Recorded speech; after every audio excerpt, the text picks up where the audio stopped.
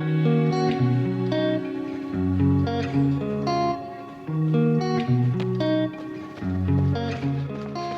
it going?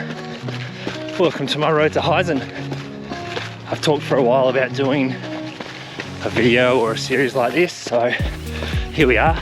The plan is over the next 5 weeks to just drop some videos that touch on preparing this far out, gear, my nutrition, training, race day strategy, just all kinds of different things that I hope will help others out there, and then also have others contribute, so that if there's any lessons that you think are valuable for me or others, share them. We can all prepare together.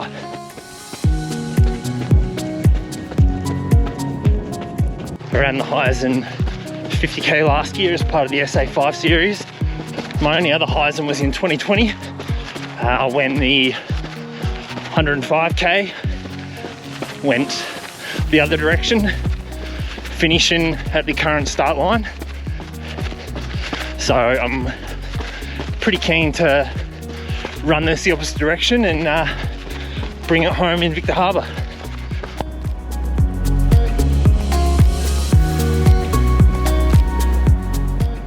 Going to start in the obvious place, and that's where we're going and what we'll need.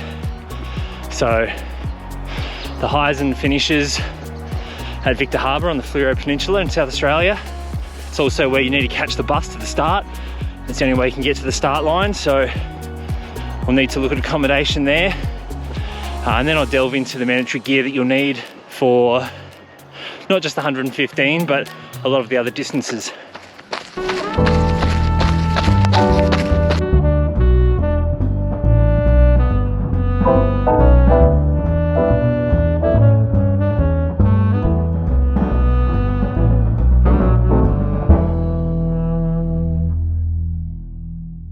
So that's accommodation sorted for me. I'm about 2 blocks away from the start finish. That'll be handy in the morning when we've got the 4 AM bus to catch, and then also obviously for the hobble home. Another key thing that I like to consider is the amenities you have available. So for me, I know I'm going to want a fridge and a microwave. Not all accommodation has those kind of basic items. I know for my race preparation and race day, post-race, those things will be helpful for me, so always just pays to check.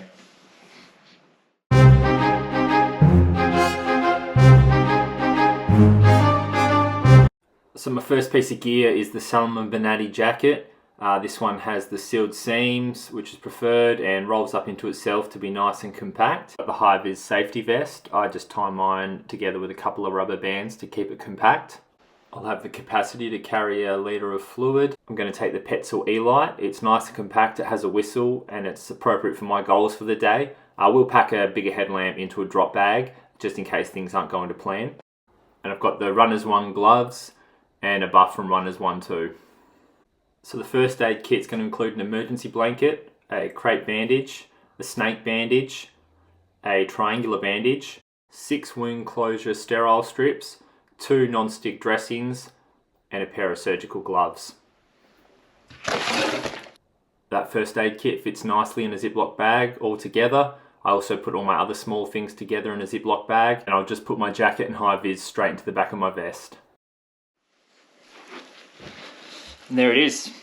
All the gear fits nicely in the Salomon 5 litre with the closed back. I do like the 12 litre as well because it has a zip that comes down the side.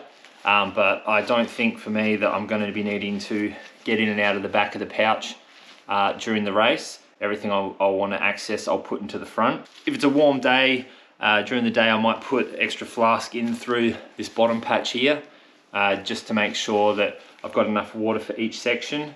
But that's something that I'll make a call on come race day.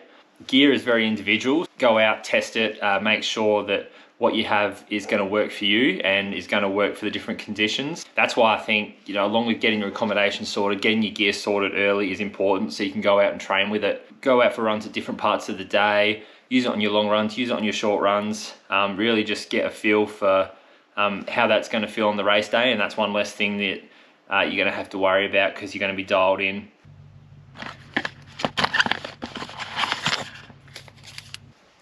little pre-run sugar hit.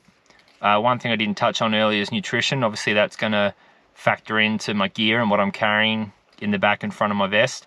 It's something I'll touch on in a later video, but certainly it's something that you should be out there practicing now. You make a plan for your race day, you know, break it down into an hour, what you expect to have, and just carry that. So you know on your long runs, if you're on it for 2 hours, you know what you need to carry, you know what you want to consume. Get used to that and it will go a long way to helping you come race day. Right now, I'm going to try and beat some of these rain clouds and get out there. See you next time.